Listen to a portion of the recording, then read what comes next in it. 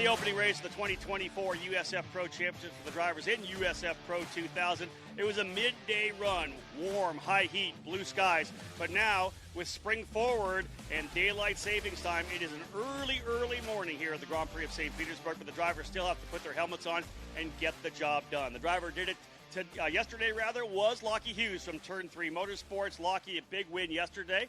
Out here to try to go back-to-back today. Yeah, that's the plan. That's what we're here for. So start from pole for this race. So just need to try to do what I did yesterday, just manage it and just, come home with another win. We talk about adaptation a lot, right? You guys had to get on the track yesterday. You hadn't been on the track with IndyCar rubber yet. You had a lot for the race yesterday. More IndyCar rubber down yesterday as we come into today's this morning's run, and it's going to be much different. We talked off the broadcast here about the fact that it's going to be cooler. Yeah. What do you think about the conditions today? Who knows? We'll see. Obviously, it's one of those things, especially when you're starting on pole, you're the first person to get to everything. So, no, I mean, it shouldn't be too different. If anything, there should be more grip. Cars should be fast. It should be a really fast session. Obviously, cold, early morning, after IndyCar qualifying. So, just be interesting to see how much the track changes with the IndyCar rubber down. The track changed a fair bit yesterday. The race was the first time we actually went on track after IndyCar rubber, so you could definitely feel the grip change. So be interesting to see how big of a change it is again. Indeed, these elite engines love the cold weather. The horsepower is going to be there. You win yesterday. You start off the season on a high note. Does it change your mindset coming into race number 2 at all?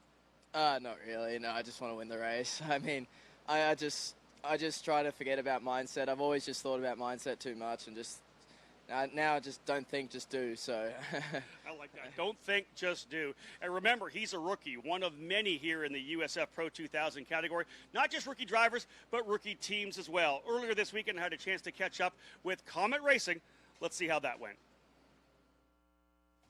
One of the new teams in USF Pro 2000 for 2024 is Comet Racing, and it has a connection to karting. Over 60 years of karting with Comet Kart Sales. And the family here is, of course, the Dismore family. Logan Adams, the driver, the grandson of the veteran driver, Mark Dismore Sr. A lot of pressure on you coming in, but really you guys are here to kind of learn this series in 2024. Yeah, that's the main goal. We're focusing on next year. We're trying to build it this year and kind of make a name for ourselves and figure out what we're doing and how to improve as a team and as a driver myself. And then next year we plan to hopefully fight for that championship. The grandson's racing this year. What are your thoughts here on Comet Racing? Well, obviously we love racing. It's been in our family since the first time my dad started drag racing in the 50s and then transitioned into karting in the late 50s. And Comet Kart Sales has been synonymous with karting for 55, 60 years forever. Now. Yeah, forever. And I don't know. I've got 2 grandsons, Logan and Garrett. And Garrett's off to Trine University becoming an engineer. And Logan wants to take a shot at driving race cars. And he's got a lot of ability. He's got great racecraft. He's got limited experience in a race car. So we're gaining experience. I've got Thomas Knapp on board as an engineer. Brad Brewer's a crew chief, and the rest of it's just a family operation. And obviously we come with a small trailer, pop-up tents, and we're just a school of hard knocks right now trying to learn it. It's 3 generations here at Comet Racing. We talked to the son, Logan Adams, or Grandpa Mark Dismore Sr. Of course, Mike Adams alongside me here, no stranger to racing. He's run Newcastle Motorsports Park as the general manager for over a couple of decades. But, Mike, this is like a brand-new atmosphere for you, a brand-new paddock. Give me your thoughts on what it is coming into the season. This is it's a big difference for sure. There's definitely a lot of changes from a karting paddock, but there's also a lot of similarities. And everybody that has been with the series, the other teams, have been very helpful to us so far. I can't say enough for the series that anytime we need something, they're there to help out. You got your father-in-law, of course, working with your son Logan. Where do you fit into this whole program? So I'm actually learning some of the data stuff right now. Anything that needs done, I try to take care of. I try to make sure that we're in compliance with the things that the series needs. Just from the decals, logos, that kind of stuff, and make sure my kid's where he needs to be on time if he's got a driver's meeting, and just try to keep the schedule straight. One thing we always talk about, of course, is the dialogue between the driver and the engineer, right? So obviously Tom Knapp's going to sit down with Logan, but he's also got you as a coach. Now, that's a different dynamic, right, than having a coach you hire. This is grandpa and grandson sitting down and going over data, and you're trying to bring him all the experience that you've had in your career. I'm hoping I can bring a lot to the table for him, and the biggest thing I'm trying to teach him, honestly, is patience. I'm not expecting any miraculous results. That's not what I'm looking for. I'm just looking for patience and a steady climb, as far as results go. You've really grown up in racing, not just karting, but of course, Grandpa doing everything he did in the Indy Racing League. Yeah, it's always been around me. So I'm glad that I'm here now at St. Pete with the USF series. I'm really proud of it. I'm looking forward to what we can do. And I'm just happy to be here, honestly. Family team too, right? Your dad's part of it as well, Mike Adams, who runs Newcastle Motorsports Park. Grandpa's here, as we've talked about. There's a lot of great people around you. Yeah, Grandpa's the driver coach, so I'm lucky to have that. And then we also have Tom and Brad.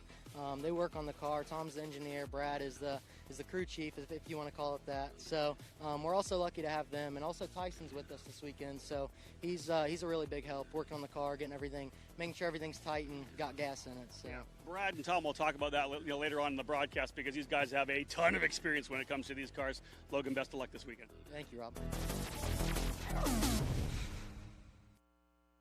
You can feel confident Continental is the smart choice in tires. Can they handle extremes? Yep.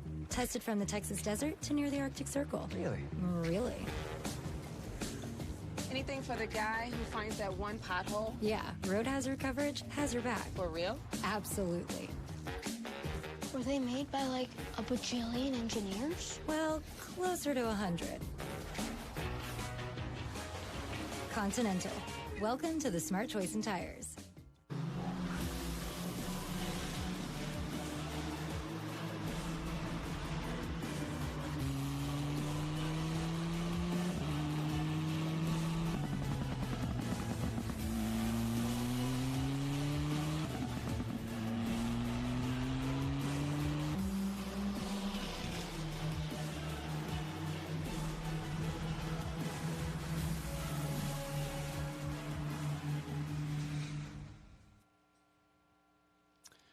It has been a fantastic weekend so far to kick off the 2024 season of the USF Pro Championships presented by Continental Tire.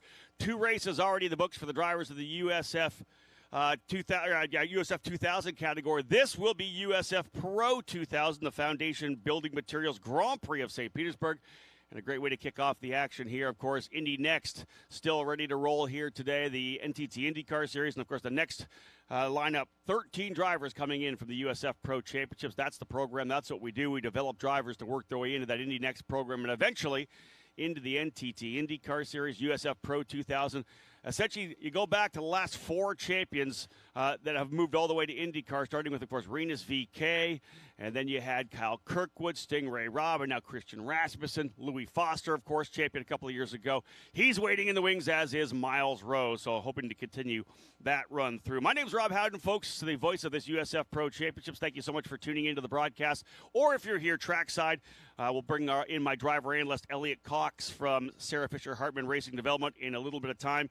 But let's get things underway with the driver introductions, because we do have these racers ready to go here right now. Let's get into it very quickly. 22 drivers, 11 rows of racers ready to roll off for, as I said, the Foundation Building Materials Grand Prix of St. Petersburg, the back end of the doubleheader for USF Pro 2000. Row 11 will have Avery Towns on the outside in the number 95, the Texan for Exclusive Autosport. A limited schedule this year with a lot of testing to line up for a full program in 2025. Towns had a good run up into the top 15 yesterday. He'll start 22nd alongside the driver out of Mexico, George Garcia-Arce for D-Force Racing. Both Towns and Garcia-Arce coming up through the USF 2000 program. Garcia-Arce in the number 10. Moving into row number 10 now on the outside, a rookie driver here for Comet Racing and Newcastle Motorsports Park. Logan Adams out of Greenfield, Indiana, the rookie in the number 21, starting 20th. He had another good run yesterday, stayed out of trouble, logged the laps he needed the focus for so many of these rookies, just to get as much track time as they possibly can. Adam starting on the outside in the number 21. Inside of row number 10, starting 19th, Nicholas Montiero for D-Force Racing. Rookie season last year with their family-run Neotech program.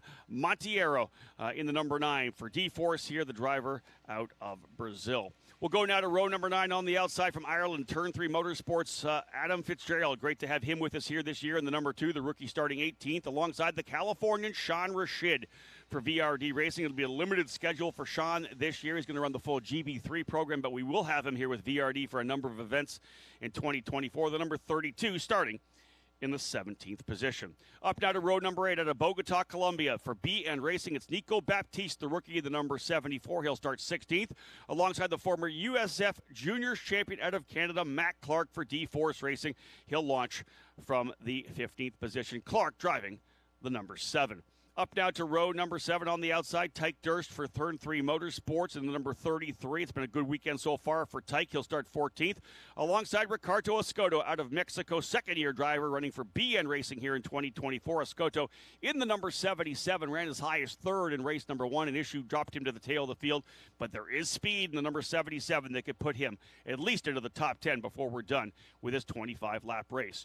Row number 6 on the outside from Los Angeles, California in the Turn 3 Motorsport, another one of our many USF 2000 graduates, Ethan Ho, the rookie, in the number 68. Will start in the 12th spot, and alongside him, a Florida driver, David Morales, rookie for TJ Speed Motorsports, in the number 28, starting in 11th. We move up to the top 10 right now. Row number 5 on the outside, looking for a better day after an incident to start the day yesterday.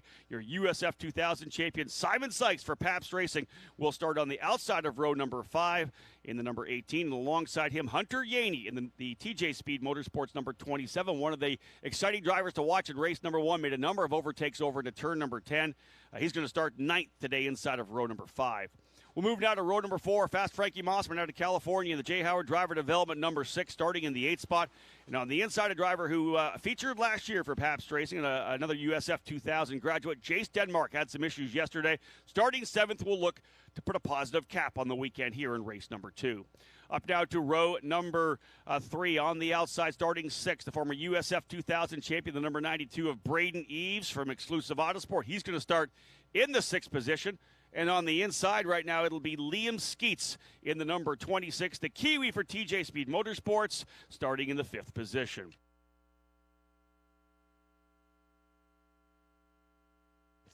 Moving now up to row number 2 on the outside. He joined me in the booth yesterday for the USF 2000 finale. Nikita Johnson, the rookie driver, rookie last year. He got a couple of races in at the end of the season last year. No longer a rookie here. VRD Racing, a winner last year in USF 2000. Just 15 years of age. The local driver, Nikita Johnson, the 17, starting on the outside of row number 2. And on the inside, a winner here in USF 2000, a winner here in USF Pro 2000. He's very quick on the streets of St. Petersburg for Pabst Racing.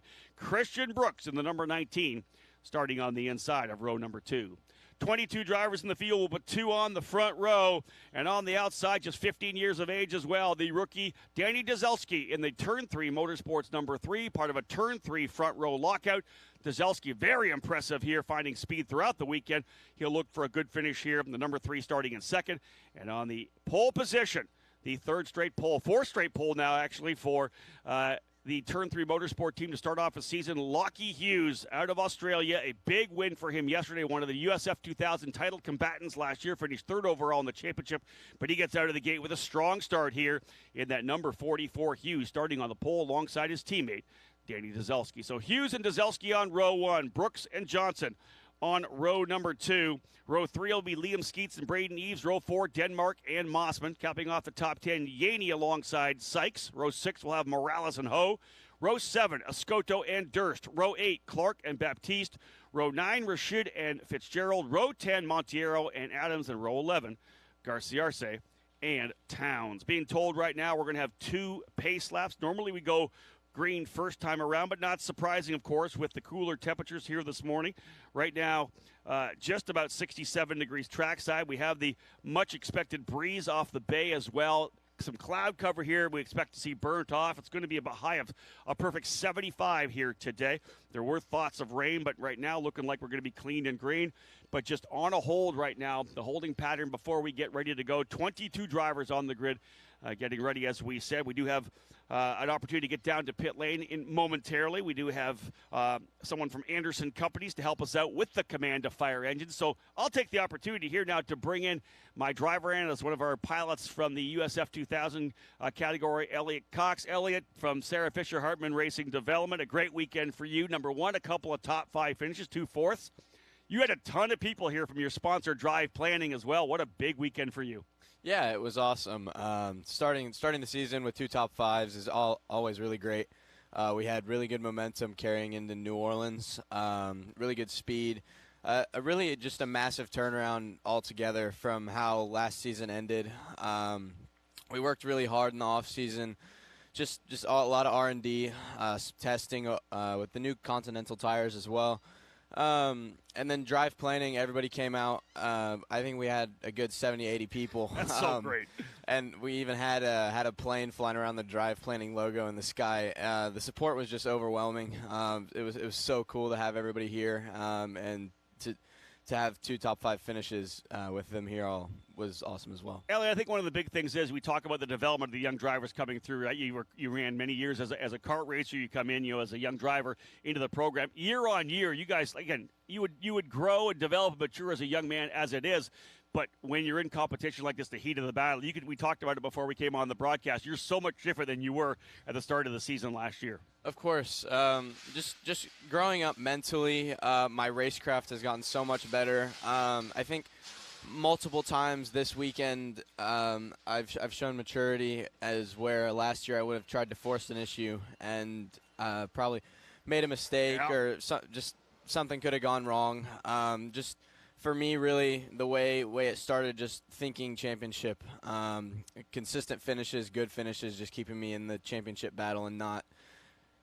You can't win the championship in the first race, but you sure can lose it. It's so funny because, listen, everybody that I had in here had that same feeling. They keep talking about learning, right? And sometimes you got to learn by failure, right? You hate that happens. You get into a wreck, but you're already talking the different mindset starting 2024, right? You came in here, last year was like, I got to win this race. Correct. Now it's like, no, I'm gonna bang in a couple of top 5s. You finished every lap. Other drivers did not do that. So again, the mindset change coming into a new year. The mindset's totally different. Last year, my first year in USF 2000, came into St. Petersburg, never done a street race before. Had a really rough start.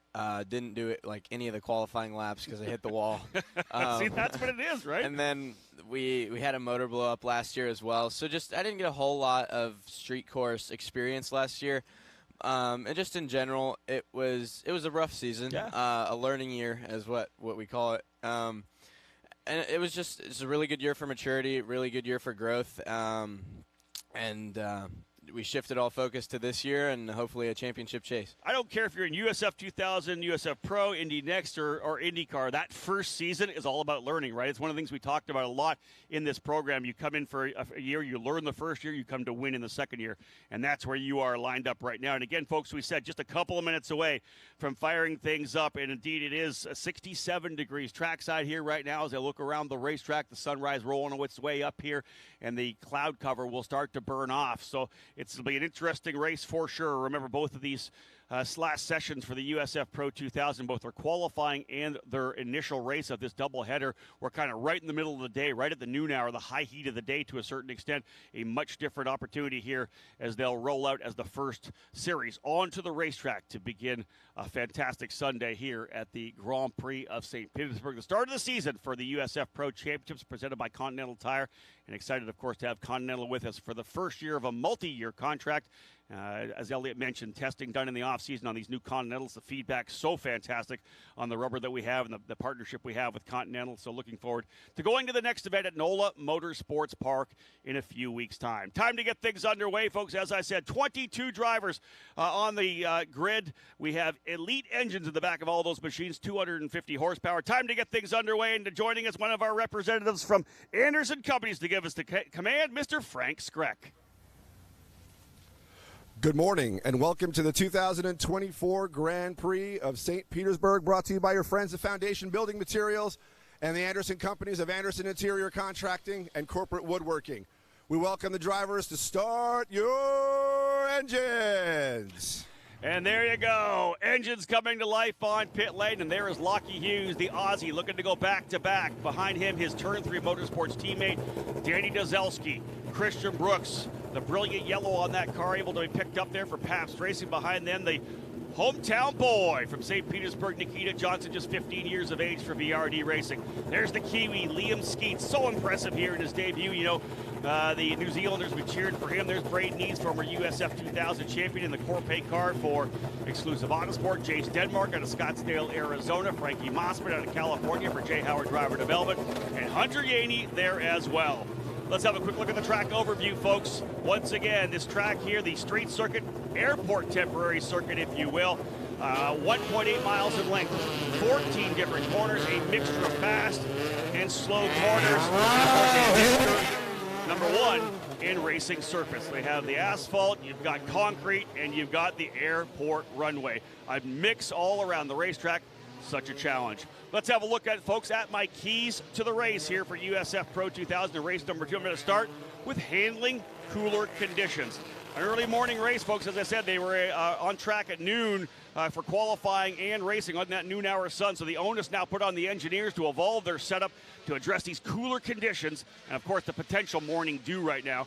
Second one, get a jump on the rookies. If you're a sophomore driver, you want to step things up. Lockie Hughes, Christian Brooks, Liam Skeets, all rookies aiming to get back on the podium here after setting the tone to start the 2024 season. Second-year drivers like Jace Denmark, Ricardo Escoto, they need to bounce back from issues they had in race number 1. So the rookies out to a fantastic start here. And last but not least, we've used this in a couple of the other races earlier, getting through lap number 1. We had a big wreck in lap 1 yesterday with Simon Sykes and David Morales after a little touch of the wall coming through turn number 8. Again, chaos yesterday. Every driver hoping that we get a clean start and a much better race here to start the back end of the doubleheader. 2 warm-up laps, as I had said. Normally we go green first time by, but considering the fact that the temperature is a little bit lower than 70 degrees, 67, as I said, ambient temperature, I would expect the track itself probably lower than 65. You can see a little bit of the residual moisture on the racetrack as well. Let's bring in our man again, Elliot Cox, with me here, because it's a good opportunity to talk to one of our drivers. Elliot, think about a start. Usually it's you guys starting this early in USF 2000, not USF Pro. On early morning run like this, you kind of had to get up super early. What's going through your mind on a warm-up lap like this? Warm-up lap early in the morning, St. Pete, especially with it being still slightly wet. The conditions are probably way different than what these guys have dealt with all weekend. A lot colder. Might be a little slick, the dew, and it rained last night. So track's going to be completely different, and you just got to be focused in, you know. My question is always about the first lap. Like, obviously you're going around here right now. You're warming the tires up, trying to build some heat into the Continentals. That first time down to turn 1, you really don't know what the grip's like. Yeah, the Continental tires are really good. I feel like you can get a lot of the heat into them very quickly. Brakes are very important as well. Indeed, yeah. It's a hard brake zone into turn 1 here, so you have to have nice brake heat. So how do you do that on the warm-up lap? Are you just dragging the brake in a couple corners? Yeah, dragging the brakes straightaways in the corners. Dragging the brakes also brings up the core temperature of the tire, so you have even warming throughout the whole platform.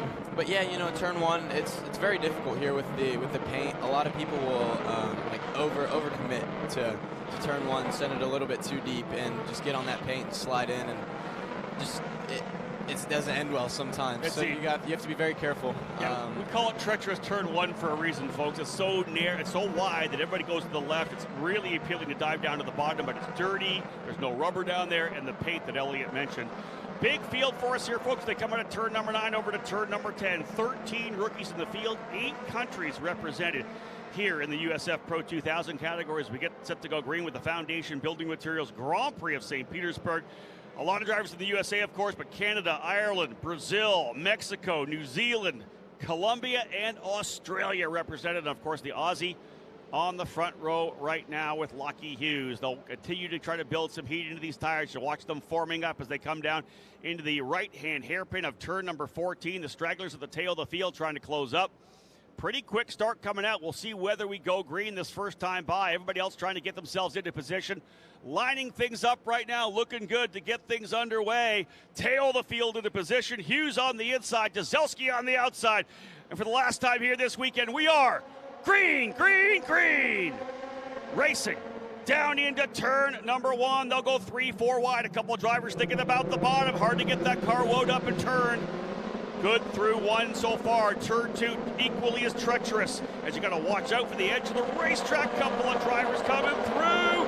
Wow, good respect further back, because you see the 3 wide there. That oftentimes does not end well. Here's a side-by-side run. Christian Brooks got to the inside there, but checked up a bit on Dzelski.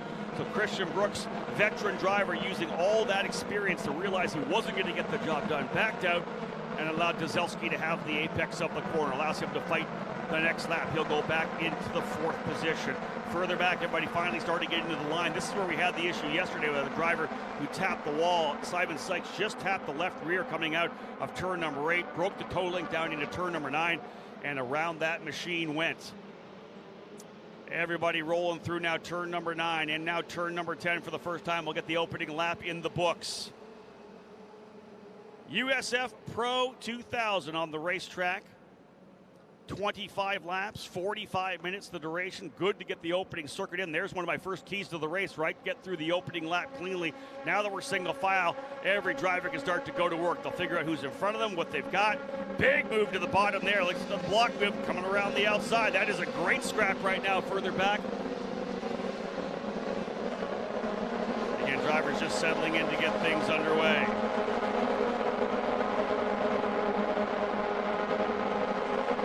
So indeed, good opening lap. Happy to see these drivers able to settle in and get things lined up. Fantastic.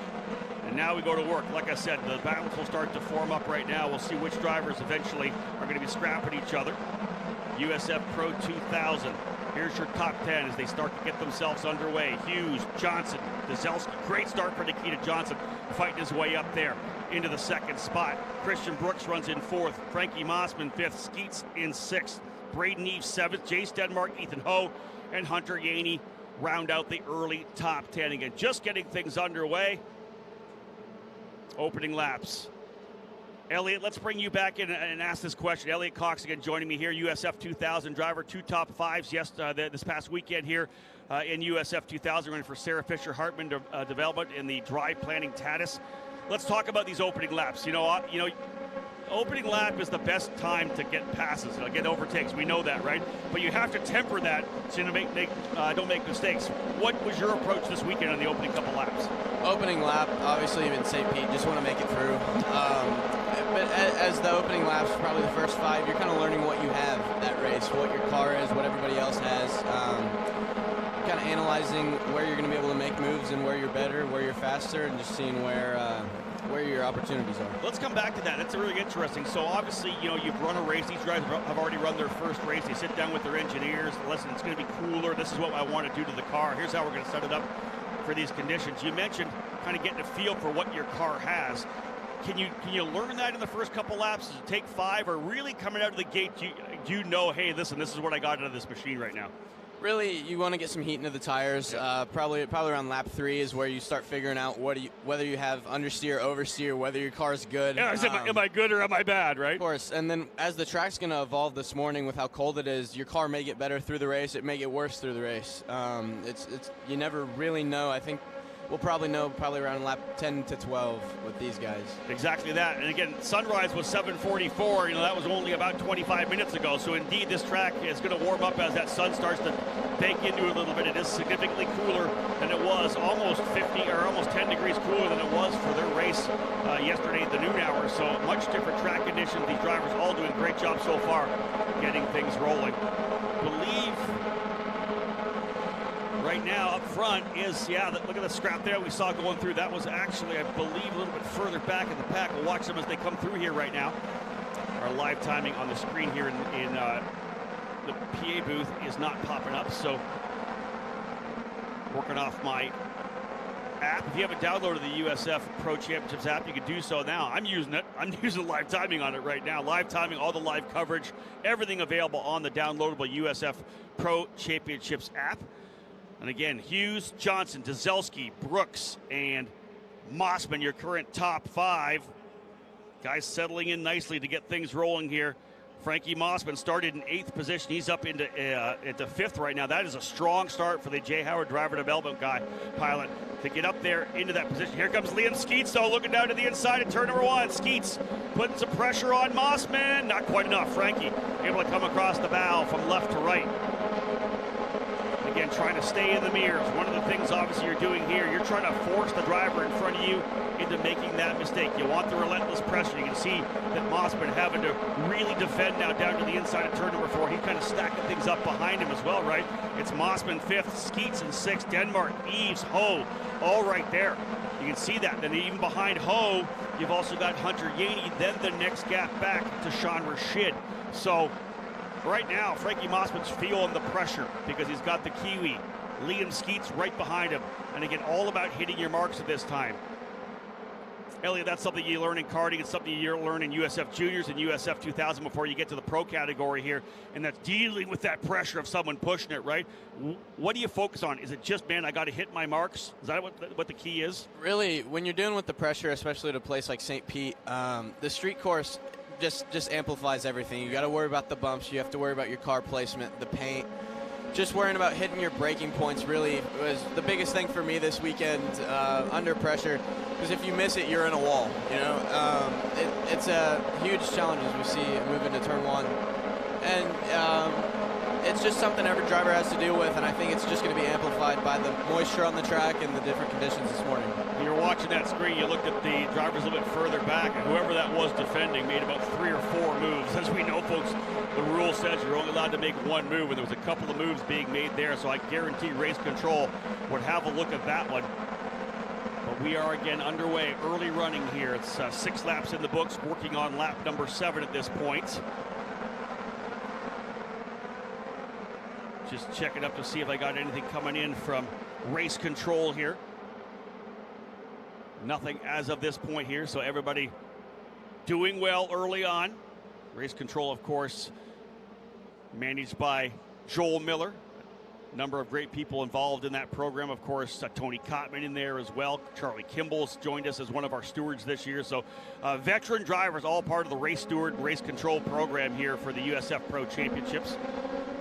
There's that, look deep in the back. There's that battle a little further. There's some drivers making some moves further back. That is, again, back between Ricardo Escoto and Matt Clark. That was Escoto who's diving all the way down to the inside there. That's the scrap right now for 13th, 14th, and 15th. We saw further back there. And Escoto on full defense mode down to the inside of the racetrack. Matt Clark trying to find a way by in the D-Force number 7. Of course, he's then going to get challenged from behind him by Nicolas Baptiste as well. And that's that fight right here. That's near the tail, more than near the tail of the field, but they are all going at it at this point. That is, again, Escoto, Clark, Baptiste, Fitzgerald, Adams, Garcia Arce all into the scrap there. David Morales, looking at my live timing, did not take the green. Not sure what happened for David Morales, but I don't know that he took the green or even took to the racetrack. I don't see a lap time there for Morales. So at this point, we have 21 drivers still running on the track, and we have a yellow. That is a wreck, I believe, in turn number 10. We have a driver, Ethan Ho, into the wall in turn number 10. Number of drivers having to take evasive maneuvers coming through, and that is Ho. He's got the visor up already, which is good, but he has hit it hard, and you can see there is significant damage. There's right rear damage. The tire debeaded on the left side as well. So we're going to hopefully see some kind of a replay on this, but man, what a shot there as he came straight into the tires coming through turn number 10. There's the AMR IndyCar safety team quickly onto the scene. That's one of the things we tell all of our drivers, and Elliot, you can talk about this. You always want to click that visor up once you've been in an incident. Let's have a look. We're going to get a replay here, folks. Elliot, we'll play it a couple of times, but we'll let you and I have a look at it first. Here's coming through the corner. Oh, move down the inside for Hunter Yaney, and that is hard impact. Yaney did not get the job done. Then the next driver coming through made the impact. I'll try to figure out who that next driver was through. But listen, Hunter Yaney made a bunch of great passes yesterday in turn number 10. That was not one of them. Committed to the pass and wasn't able to get it done. I think it was a bit overambitious for sure. that's a very slick part of the racetrack down in the bottom of turn 10, very dirty. If you're not all the way alongside, I don't feel like that's a move that's really going to get made done. Obviously, there's always the chance you could scare the other driver into backing out, but I just don't. He wasn't really even close that time, and really thankful for the safety of these cars right now to keep Ethan safe, especially with that second impact. Yeah, no doubt. That second impact, I believe, was a 32 of Sean Rashid from VRD Racing. Man, Sean's had such a rough weekend. He was so good coming out of the gate. Got his first session in, was kind of further back, found about a full second in qualifying to move his way forward. Had a great run into the top 10 yesterday, but then had an issue and didn't finish. And there he was running strongly as well, just outside the top 10, and got collected in that incident. Hunter Yaney just pushing as hard as he could coming down into turn number 10. And Ethan, Elliot, that's a corner. Obviously, Ethan's turning in already. Elliot, that is a corner where if you're making that pass, you got to be alongside. You have to almost own it. It's not like you can roll to the apex there because it's so tight on the exit. You got to own the inside of the corner. That was, to me, it was almost a bit of a karting move. You know, you stick your nose down the inside and hope the other guy sees you. And I just don't think it was a very high percentage move. You know, we talk about how St. Pete, you just want to get through the race. You just want to score good points. And that was a bit of a, last race of the season, got to go for the championship type of move. And it didn't end up working very well for either of them. Yeah, and Yaney remains on the racetrack right now in that 9th position, I believe. So indeed, that was like just inside a battle, essentially just inside the top 10, 9th and 10th. Both those drivers were having good runs early in the event as well. Only 9-10 laps in. Probably didn't need to happen that early. And again, at turn 10, Yaney had made some really good passes there yesterday, but to make that in turn 10, you have to get essentially right alongside in the braking zone so the driver on the outside realizes he's lost the corner and has to back up. As we saw in the replay, he threw it down in there, and Ethan Ho was already transitioning in to the apex. Of course, tough one for Sean Rashid. Nothing he could do at all. And just that contact there, you can see the right rear damage. So rear, both sides, they'll get that car put back together, and we'll see him at NOLA Motorsports Park on the first weekend of April. Let's reset the top 10 for you then. Lockie Hughes with the lead. As we know, Nikita Johnson did a great job to move up into the second position. Danny Dzelski, who started on the outside of the front row and fell further back yesterday, was able to maintain his position up into third. Good job for Danny here. P3 right now for the 15-year-old. Christian Brooks, another one of the rookies, running in the fourth spot. Frankie Mossman in fifth, Liam Skeets in sixth, seventh is Jace Denmark, eighth Braden Eves, ninth still Hunter Yaney, and 10th is Simon Sykes. Simon, the driver involved in the incident on lap number 1 of race 1, had the contact coming out of turn number 8, and then was into the wall after the toe link broke coming through turn number 9, collecting David Morales at that point as well. So indeed, Sykes having a better run up here to 10th, the USF 2000 champion from last year. Ricardo Escoto running in 11th, Matt Clark in 12th, Nico Baptiste 13th, Adam Fitzgerald in 14th, Logan Adams 15th, George Garcia Arce in 16th, Avery Towns, Tyke Durst, and Nicholas Montiero rounding out the 19 drivers that remain on the racetrack. You can see Hughes working his way around here.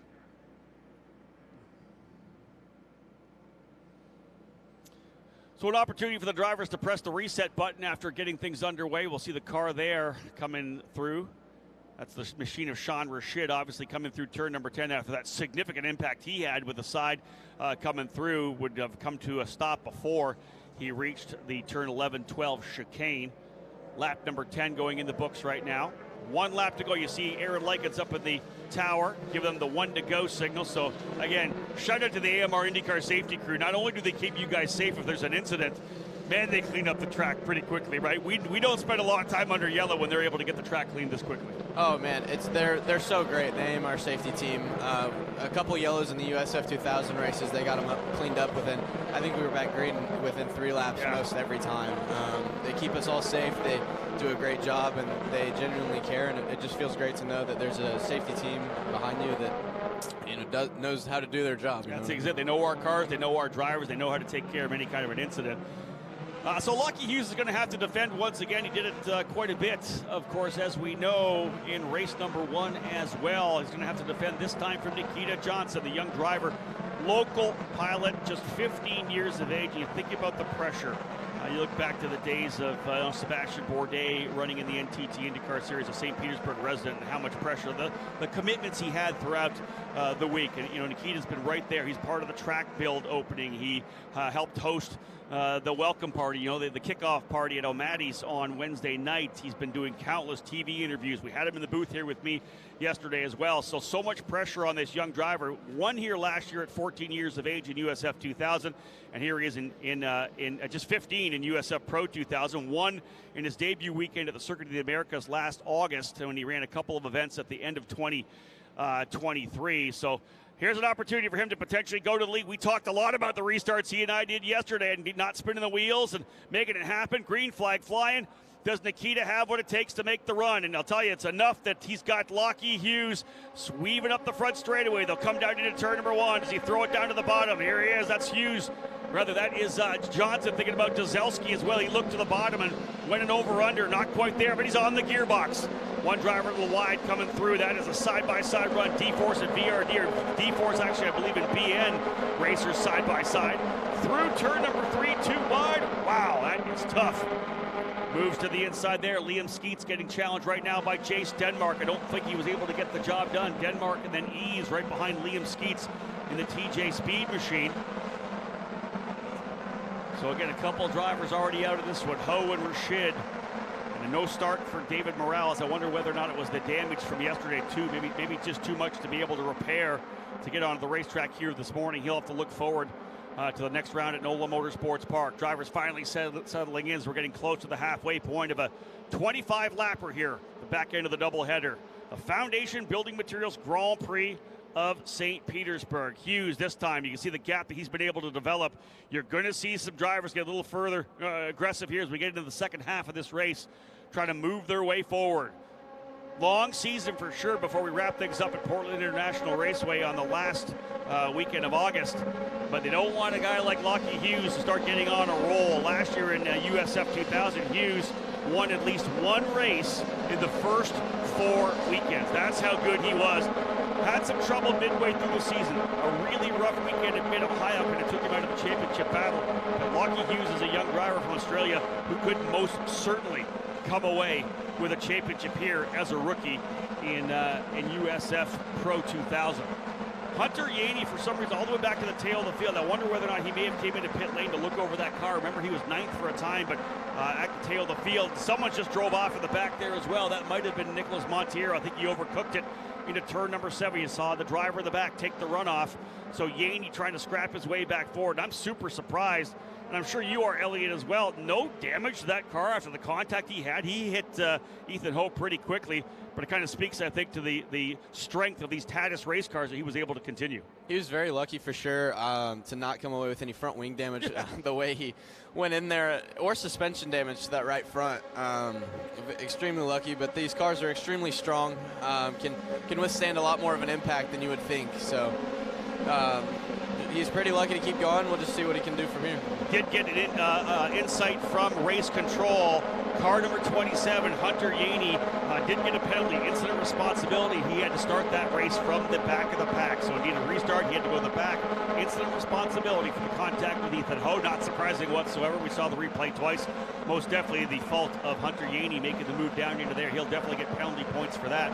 One of the things that we do here in the USF Pro Championships is as you're involved in incidents and they are your responsibility, you will accrue penalty points. The higher you get in terms of penalty points, you get to some thresholds where more penalties will come. So indeed, making sure these drivers are understanding the responsibility and have, the consequences for their actions on the racetrack.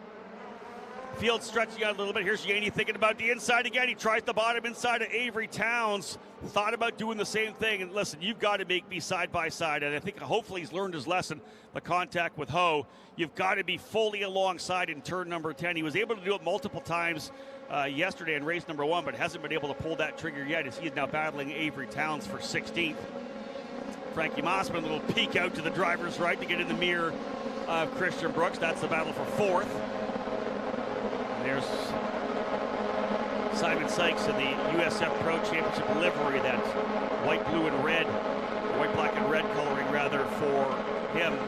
USF 2000 champion from last year, of course, moving up to USF Pro 2000 with the scholarship. Big part of the USF Pro Championship presented by Continental Tire is the scholarship, of course. Drivers in USF 2000, Elliott included, trying to race for $458,000. The scholarship to move to Indy Pro. And these drivers here obviously looking for that scholarship to go to the Indy Next Series in 2025. The scholarship over $681,000 for the champion of USF Pro 2000 to follow in the footsteps of good drivers I've already mentioned. Here comes Yaney again to the inside. I would expect Towns may give it up this time. But again, talking about the champions in USF Pro 2000, you go back to Renus VK, who was able to win a championship there as well. Then you go to Kyle Kirkwood and Stingray Robb and Christian Rasmussen. All four of those drivers going to the NTT IndyCar Series. You got, again, two drivers at Indy Next right now as well. There's a battle further back side by side. That is, I believe, Matt Clark scrapping it out right now. Clark is going out of here with, I believe, it's one of the... That's actually the battle between Simon Sykes and Matt Clark. Yeah, so Clark and Sykes had to pick up exactly who that was. And I believe, indeed, Clark getting by. That's for P9. Back to my point to cap things off with the champions. You've got Louis Foster and Miles Rowe, both those drivers expected to be challengers in the Indy Next program here in 2024. And to be honest, both, I think, with a focus on getting to the NTT IndyCar Series. So as it goes right now, we could have 6 straight USF Pro 2000 champions making their way to the NTT IndyCar Series over the next couple of years. So it was a big move to the inside for Matt Clark, going to the inside of Simon Sykes. That was that battle for the 9th spot. Clark, the rookie, getting forward here, made a couple of starts last year in USF Pro 2000. Former USF Juniors rookie, the driver from just outside Toronto, Ontario, Canada. When we get up to Toronto for the Honda Indy Toronto, that'll be a big race for him for sure. The hometown, very similar to what's going on with Nikita Johnson here. Move for the number 18, Simon Sykes, coming to the inside of the racetrack. You wonder whether he's battling something right now, getting challenged by Ricardo Escoto next. That's the move to the inside you make when you're kind of worried that you potentially could get dove down into turn number 1. Into the second half of this race, just 9 laps remaining, and a lot of hardcore racing happening as we got some groups there. Looks to me like Matt Clark able to stretch away a little bit, so Simon Sykes is stacking them up right now. Behind Simon, this group coming through here right now is Ricardo Escoto and Nico Baptiste, the 2 BN drivers running 11th to 12th. George Garciarce and Adam Fitzgerald. Garciarce for D-Force, Fitzgerald for TJ Speed. They're all running together. That is literally 5 drivers nose to tail. You can see Hunter Yaney trying to close up from the back as well, as he finally was able to get by both Monteiro and Avery Towns. Nonetheless, that is the scrap, as we said, for the final spot in the top 10. Sykes holding on to it with the Pabst Racing Machine thus far, but being told we are full course yellow. Not sure what happened on the racetrack, but with 17 laps in and 8 to go, we have ourselves a full course yellow. We'll try to pick up what happened. Being told, yeah, potentially the number 95 of Avery Towns has gone around on the exit of turn number 8. So Towns loops it and knocks the rear wing off the number 95 exclusive Autosport machine. Remember, he had just, I believe, gotten passed by Hunter Yaney, so not exactly sure what happened to Avery Towns. The AMR IndyCar safety team on the scene already. They'll have a quick look. I don't think this is going to be a huge cleanup. Let's have a look at the replay there. Likely just on power early and potentially looping around. Not sure if there's any contact. There comes Yaney through, so he'll be the next driver through here. No, that is Monteiro. And yeah, just literally had it locked up coming through. Backed it in, the rear attenuator taking a lot of the damage there. There's not much damage to that car at all, just the rear wing. Elliot, let's walk us through that one. If we can have another look at the replay, if possible. What are you doing when you come into the corner there of turn number 8 and having that car brake like that?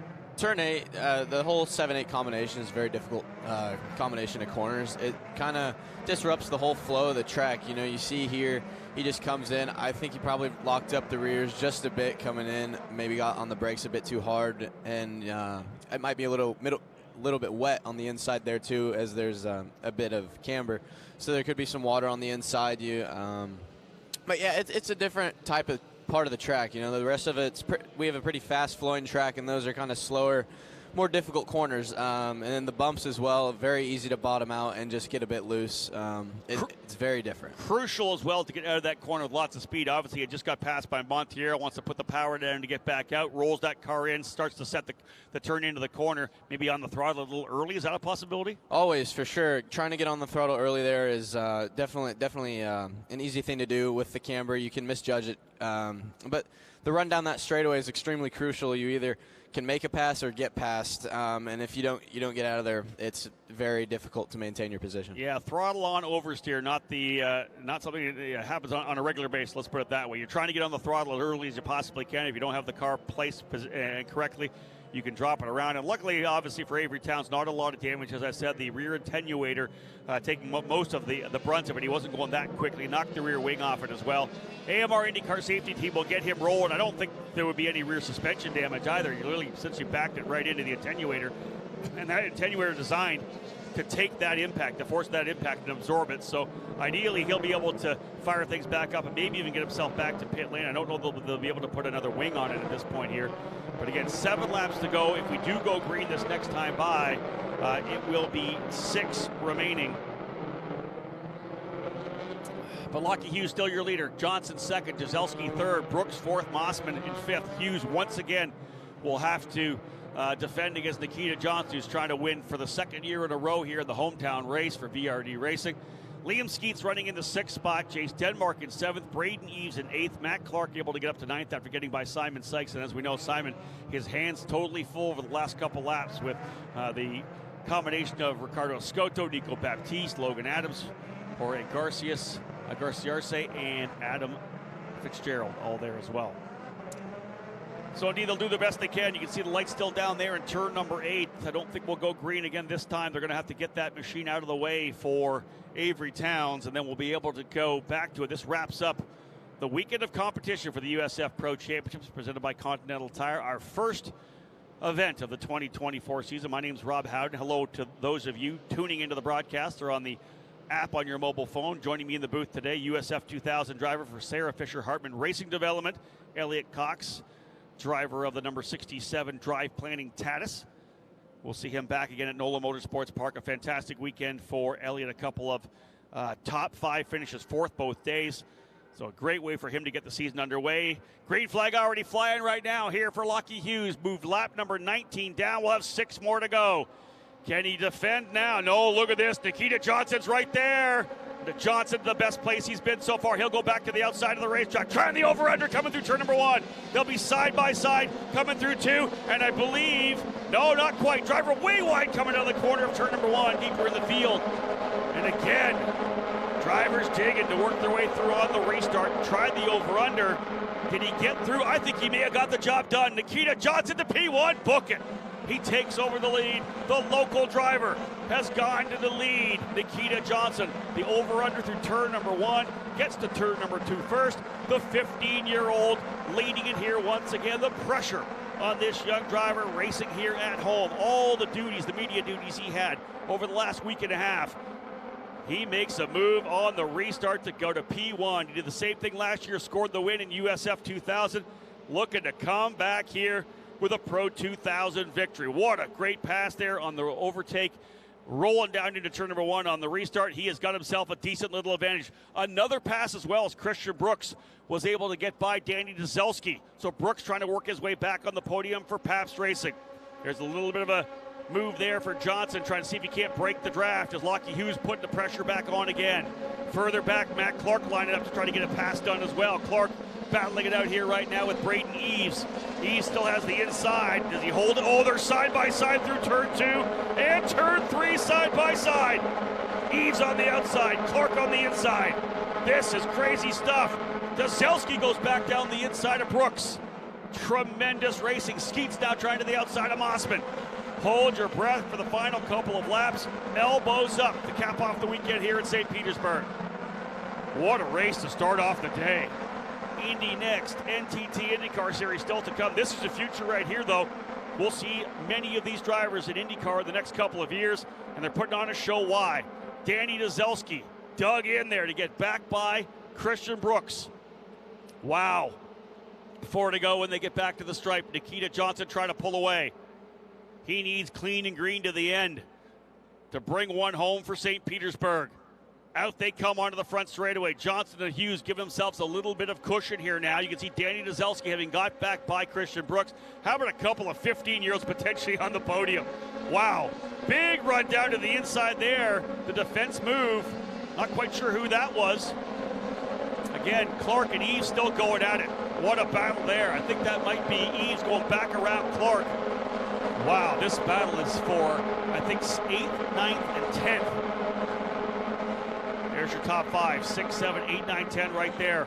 Side by side further back. Back to 2 BN Racing drivers side by side. That is Baptiste at it with Ricardo Escoto. Not sure where the team orders are there for BN Racing because they almost took each other out in turn number 5. You can see as they skate out of turn 8 how easy it is to make the mistake coming over the crown of the road.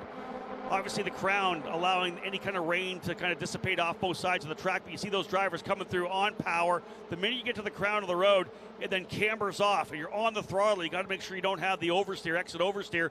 That's when you tap the wall. That's what happened to Simon Sykes yesterday. So easy to do on such a difficult and challenging temporary street circuit.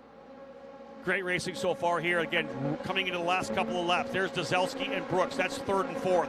Mossman, Skeets. Big move to the inside for Simon Sykes as he's again trying to hold off Logan Adams, the young racer for Comet Racing.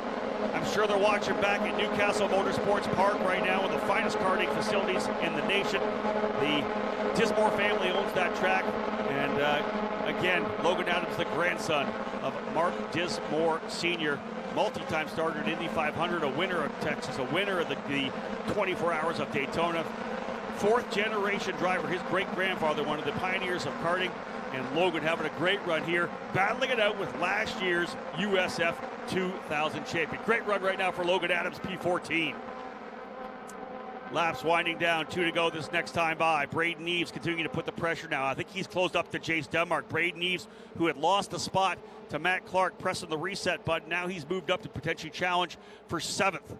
5th yesterday for Braden Eves. A couple of good top 10s would start the season off well. Great to have him back in the saddle here this year, having sat out for a majority of the 2023 season. Doing a lot of work with MPG Motorsports in the karting ranks, a karting coach, getting a chance to drive a bit, back in the top level of the USF Pro Championships here for 2024. White flag going to fly next time by for Nikita Johnson. He's got a 1.5 second lead on Lockie Hughes, who sat with me yesterday here. Brooks and Mossman battling it out. Let's get back at it. I think Frankie Mossman getting by Brooks, so Mossman now up into 4th. Brooks goes back into 5th. Liam Skeets put the pressure on here as well. But Nikita Johnson sat right where Elliot Cox is right now yesterday to talk all about when we had USF 2000. We had a lot of downtime, had a chance to really do a deep dive into his career and his thoughts on racing here at St. Petersburg. Man, to think that he's going to be able to potentially stand on top of the podium after such a great job with me as a driver analyst. What a way to cap off the weekend. Big move as he was able to make on Lockie Hughes on that restart to take the lead, the over-under in turn number 1. And he will see the white flag this time by. And look at the gap that he has. It is now 2.3 seconds. Dan Mitchell and the crew at VRD put a setup on that car that has come to life in this final half of the race. And look at the scrap there. That is, again, 4th, 5th, and 6th. Big move down the inside there, a little bit further back as well. I think that potentially could be Eves by Denmark. I think Eves able to go up to 7th. The man on the move right now, Braden Eves. There's Lockie Hughes. There's Danny Dzelski, P3. That's the podium that's rolled by. Oh, this is 4th, 5th, and 6th. Mossman, Brooks, and Skeets. And again, Denmark challenging. He gets back by Braden Eves. Denmark holding on to 7th. Final lap on the racetrack. Oh, we have contact. Drivers have gone out over in turn number 5 and 6. So that, I don't think we'll go yellow because we can take this all the way back. The checker flag will fly this next time by. The incident over in turn number 5. Not quite sure who it is at this point here. Potentially the number 75. Though that's a Scoto potentially involved there. But let's get back to the racetrack as coming out and across the line. What a race. The winner at St. Petersburg, USF Pro 2000, race number 2, Nikita Johnson. The local driver from St. Pete winning his home race once again, just like he did in 2023. A tremendous triumph for the 15-year-old at a Gulfport. Big victory for him. Lockie Hughes coming home in 2nd. Danny Dzelski in 3rd, fighting back. And yeah, the crowd's going to love it here. Come and join us at Victory Lane, ladies and gentlemen, as the local boy makes good. Johnson, Hughes, Dzelski on the podium. Mossman Great drive for Frankie Mossman to 4th. Christian Brooks 5th. Liam Skeets in 6th. Jace Denmark able to hold off a charging Braden Ease for 7th. Matt Clark up into the top 10. And George Garcia Arce will inherit the position P10 after the, can you believe it, the BN Racing teammates get together in turn number 5. Ricardo Escoto and Nico Baptiste out 17th and 18th. I would not want to be in the engineering room after this one. Wow. But indeed, good run as well. Logan Adams, I'm going to give a shout out to Logan Adams. P12. There's your top 10, though, folks. Johnson, Hughes, Dazelski. Incredible. Lockie Hughes, a rookie as well. We don't have the R on there. We have to get the R on there for him. Christian Brooks, a rookie as well. So 2 rookies on the podium. Nikita Johnson, running a number of races last year, does not have that rookie status in the number 17, but Lockie Hughes coming home in 2nd. Danny Dazelski in 3rd. Frankie Mossman and Christian Brooks rounding out the top 5. Liam Skeets, another strong run for Liam on the podium in race number 1, 6th in race number 2. Tremendous debut for Liam, the New Zealander we hope to see with us for the remainder of the season as well. And there's 11th back to 20th. Simon Sykes had a handful of a race car. He had to hold him back. Hunter Yaney, after the incident with Ho, had to start at the tail of the field. He fights his way back up to 12th. Adam Fitzgerald in 13th. Nicholas Montiero 14th. Tyke Durst, Ricardo Escoto, and of course, Nico Baptiste, those 2 drivers getting together in the final lap in turn number 5.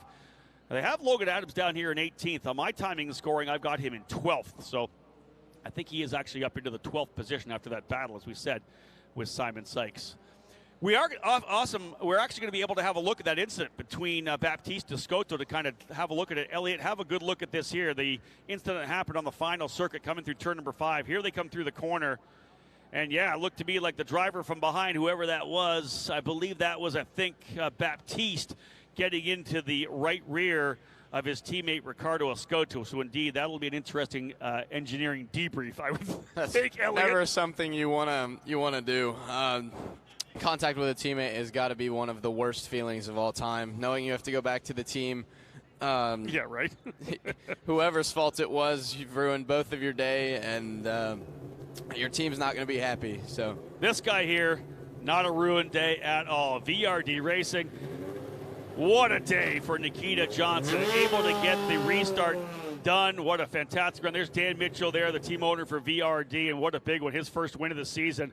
Huge for young Nikita Johnson. We talk a lot about momentum. You don't need to win at St. Petersburg to end up with the championship, but it does give you a ton of momentum, especially for a young driver, a lot of confidence as well. Nikita won in his debut last year at the Circuit of the Americas, and he gets it done here as well on the opening weekend. And to win at home, the amount of pressure on this young driver is absolutely insane. Thinking about just 15 years of age, the eyes on you, all the stuff he did media-wise, a huge run there for Nikita Johnson, getting the victory. 2 seconds the margin over Lockie Hughes. So not only did he take the lead, he pulled away at the end of that one. That car, again, coming to life on the last 10 laps. Johnson able to get by Hughes. And Danny Dazelski, let's give him a shout-out as well. A couple of 15-year-olds. And there is actually his father, Obi Johnson, getting a chance to congratulate his son, Nikita. Dazelski got passed by Christian Brooks, but then fought right back. A fantastic drive for Dazelski. So turn 3 Motorsports going P2 and P3. Mossman for Jay Howard Driver Development in 4th. Christian Brooks rounding out the top 5. We're going to be going to Victory Lane soon. Elliot Cox, let's come to you and give you an opportunity to talk about your sponsors. And how do the racers and fans follow you on social media? Drive Planning is one of my biggest sponsors, Sarah Fisher Hartman Racing. Everybody who makes it possible. Huge thank you to everybody this weekend who came out for Drive Planning. Todd Burkhalter, Jerry Leonarducci, David Bradford, and everybody else. You can follow me on Instagram at EC51, Facebook, Elliot Cox Racing, Twitter, Elliot Cox Racing. Just follow along, see what happens, and hopefully go for a championship later in the year. Good start to the season, I think, my friend. You've had ups and downs through your career so far, but a couple of top 4s, man. I'm telling you, when you come into a race as tough as this, you got to be thrilled with 2 top 5s. Absolutely. Very good start to the season, very good momentum going in New Orleans, and hopefully be able to challenge for podiums and wins in the near future. Elliot, thanks for joining me, man. Elliot Cox, folks, driver to Indianapolis, Indiana. Tremendous weekend for him. Great job here in the booth as well. And I'll tell you, what a race, though, for the driver, Nikita Johnson. The pressure on him, as I had said, to be able to come out and do what he did, getting that restart. We'll bring Todd Lewis back in, the voice of the Grand Prix of St. Petersburg. He had a chance to watch this whole thing. Todd, you've worked with Nikita a little bit. You watched all the stuff he did pre-race and being part of the, the build-up for this year's Grand Prix. To be able to do what he did under the pressure here on a Sunday in front of the fans that are rolling in here for all the action today, huge for the local driver. Hard to believe that he's a teenager in high school, showing the maturity and the racing savvy at such a young age to understand what Lockie Hughes was doing, and then on that late restart with 6 laps remaining, capitalize on the opportunity, find the spot where he could get around, make the pass stick, and as you pointed out, didn't just hold on to the lead, he pulled away and had a 2-second gap by the end of those six laps at the end. Tremendous job by Nikita Johnson. And I always wonder about those last couple laps, especially that last lap, right? You got to go back to the basics of hitting your marks, right? The entry, the apex, and the exit, and all those points in between you're trying to hit, and just make sure you do that, because the pressure, you think about that, oh my goodness, I'm going to win another race here like I won last year. The pressure is on, but he was able to bring it home. And you just got to think about what the feeling like when you're rolling under the checkered flag. It's got to be the best feeling for Nikita Johnson, and you'll be celebrating with him on victory podium momentarily. Strong weekend for Lockie Hughes as well. Doesn't come away with the sweep, but you know what? To have a 1 and a 2 finish in the opening rounds of the USF Pro Championships, tremendous. We had great action throughout this field, through the top 5, but way back through 8, 9, 10, 11, 12. Battles all for position throughout those entire 25 laps. Yeah, some of the best fights were for 10th, right? We watched that battle between 5 drivers from 10th back to 14th. So shout out to all the drivers. Of course, a couple of incidents we would like to have not had. Of course, the one at the very end as well. I'm sure Bryn Nuttall will be sitting down with his 2 drivers from BN Racing, Ricardo Scotto and Nico Baptiste. Their contact there on the final circuit.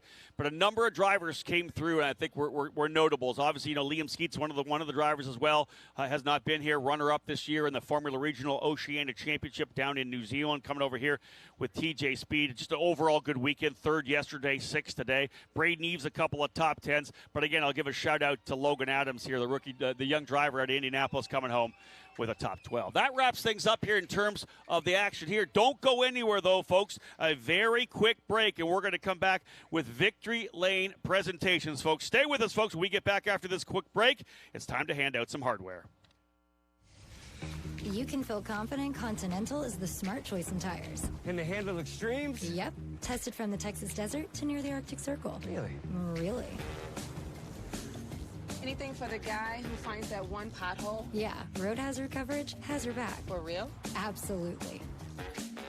Were they made by like a bajillion engineers? Well, closer to 100. Continental. Welcome to the smart choice in tires.